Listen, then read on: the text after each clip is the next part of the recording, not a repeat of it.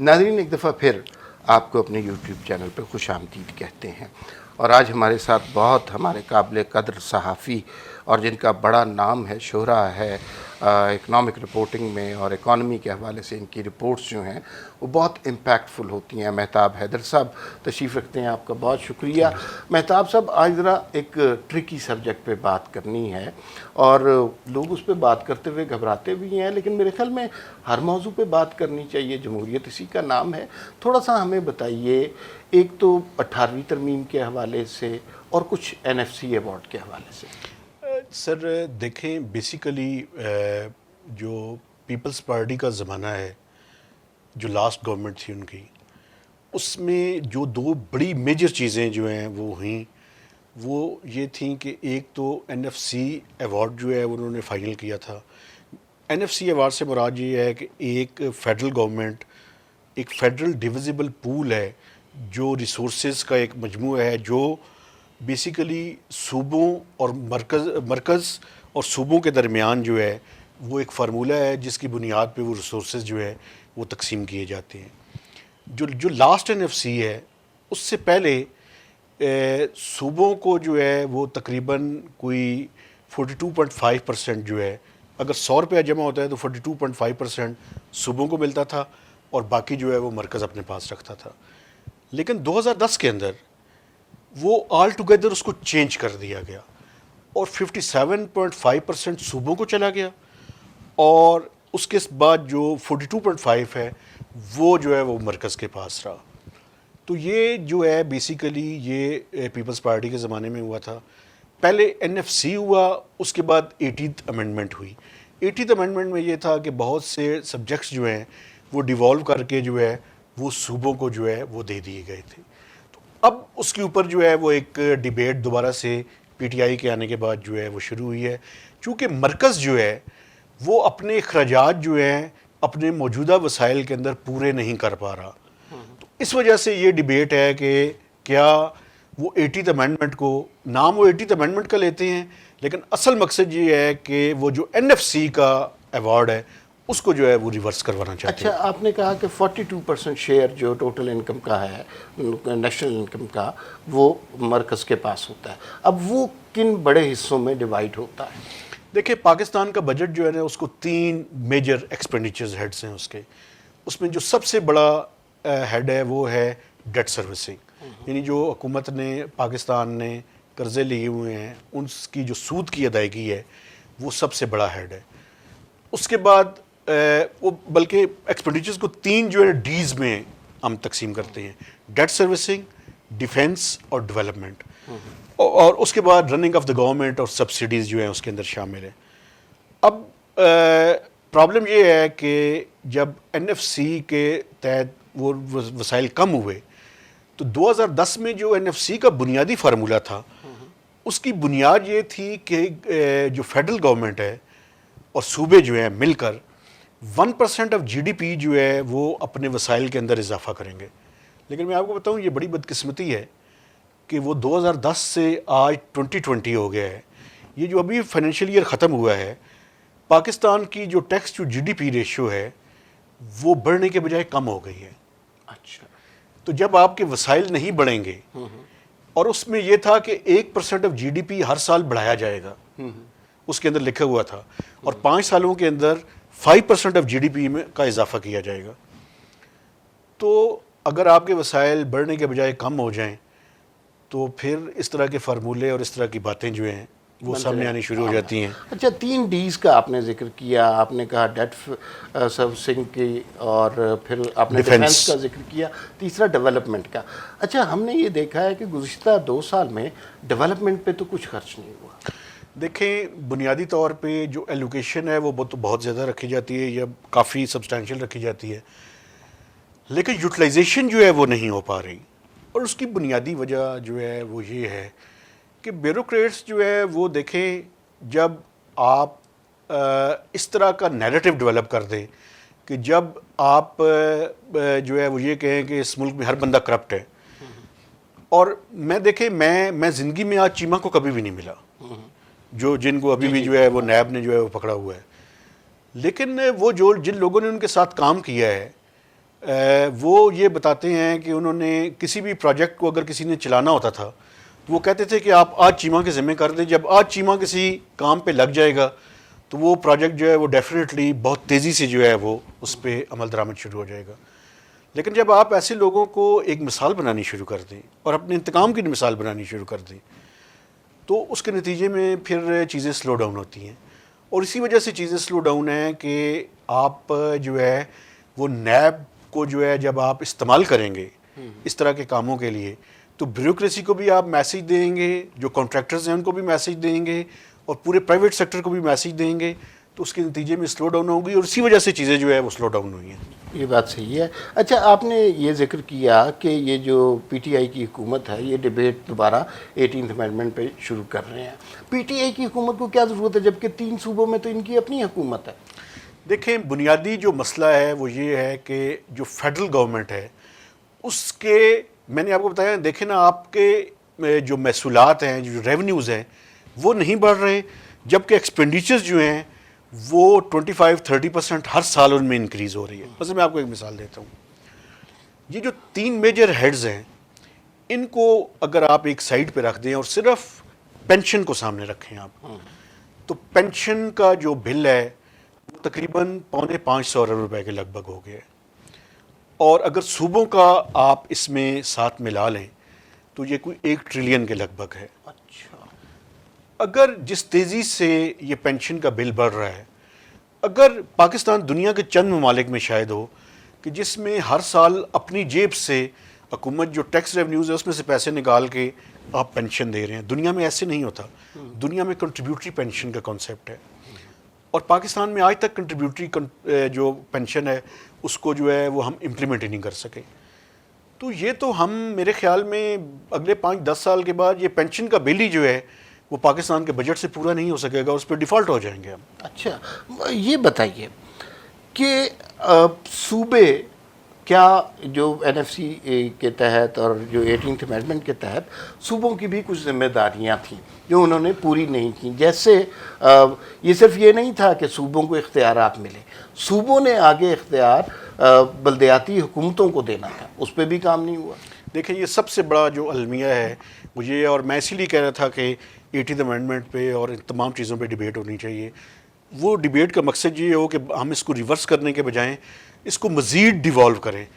مقصد تو یہ تھا اس ساری ڈیولوشن کا کہ لوکل گورنمنٹس کو جو ہے وہ اسٹرینتھن کیا جائے، اور این ایف سی کا بھی مقصد یہ تھا کہ آپ نے صوبوں کو جو ہے وہ اختیارات دیے ہیں تو صوبے آگے پی ایف سیز بنائیں، پروونشل فائنانس کمیشن، کہ جس کے تحت، جس فارمولے کے تحت صوبوں کو یہ پیسے ملے ہیں مرکز سے، اسی ایک فارمولے کے تحت وہ ڈسٹرکٹ گورنمنٹس کو جو ہے وہ دیں، اور ڈسٹرکٹ گورنمنٹس تحصیل پہ اور لوکل سطح پہ دیں. وہ سارا پروسیس کمپلیٹ نہیں ہوا، اور یہ پاکستان کے لوگوں کے ساتھ میں سمجھتا ہوں یہ زیادتی ہے.